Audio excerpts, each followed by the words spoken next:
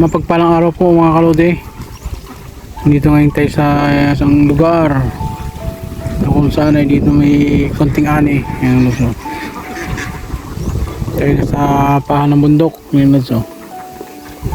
Ayan lods. Dito tayo ngayon nagpapastol. Ayan ang iting natin. Namamahinga na dahil yung iba'y busog na. May kunting palay dito mga lods, saka may mga tubig. Tiis-tiis mo tayo dito lods sa pastulan na ito kahit medyo maliit. Wala kailangan ng itig natin na may mapastulan para hindi bumaba ang itlog. Ayan lods, busog na sila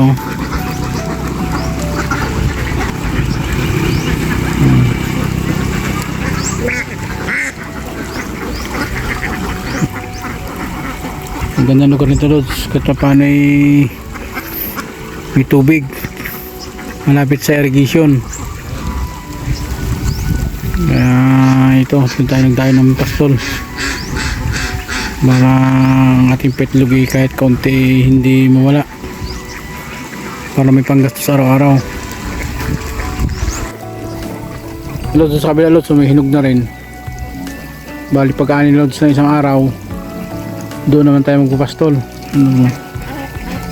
Ang kabila naman ni lods sa dulo ay may isan. Ang itik natin naliligo. Iba naman ay nanginginain.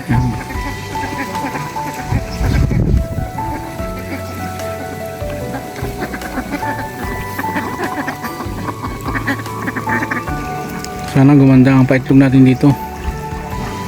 Ganito ang itik lods pag mainit na. Ayan kailangan nilang maligo. Iba naman lods sa dulo nanginginain. Wala lods bumala dahil wala namang masisira Ayan yung karating naman na pala, wala pang bunga. Kaya siya sa dulo.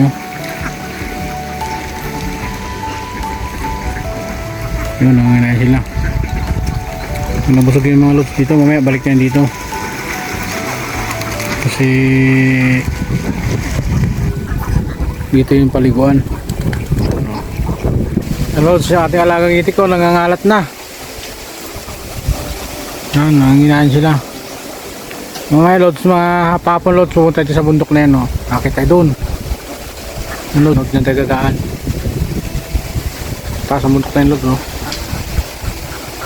Titingnan natin lods yung view nyo mamaya kung maganda ba talaga. Akit tayo dyan. Lods, sa ating alagang itik ayaw nanginginain kahit busog na sige pa rin Ngayon lods ang itik pag malapit na mangitlog. Yung iba walang tigil ng panganginain. Ayun sa dulo pa kasi hapon na. Ngayon talaga lods sa mga itik natin pag hapon na hinginain na sila, nangangalat. Magandang oras kailangan nakatutok na kasi ayan lods, may ikot na tirang palay kailangan babantayan yan kasi makasukin niya ng itik, lalo na pag nanginginain at gutom. May tirang pambalay hindi na side ng may-ari kasi mura pa, kaya kailangan natin bantayan ang ating alagang itik. Baka salakayin maubos yung palay. Gutom na gutom sila oras na ng panganginain ng mga itik. Iba sa dulo. Yan lods yan lods kinain yung palay. Hambukin natin. Pag dinasakot natin yan, yung mga kainin yung palay. Kalat ang ating itik iba.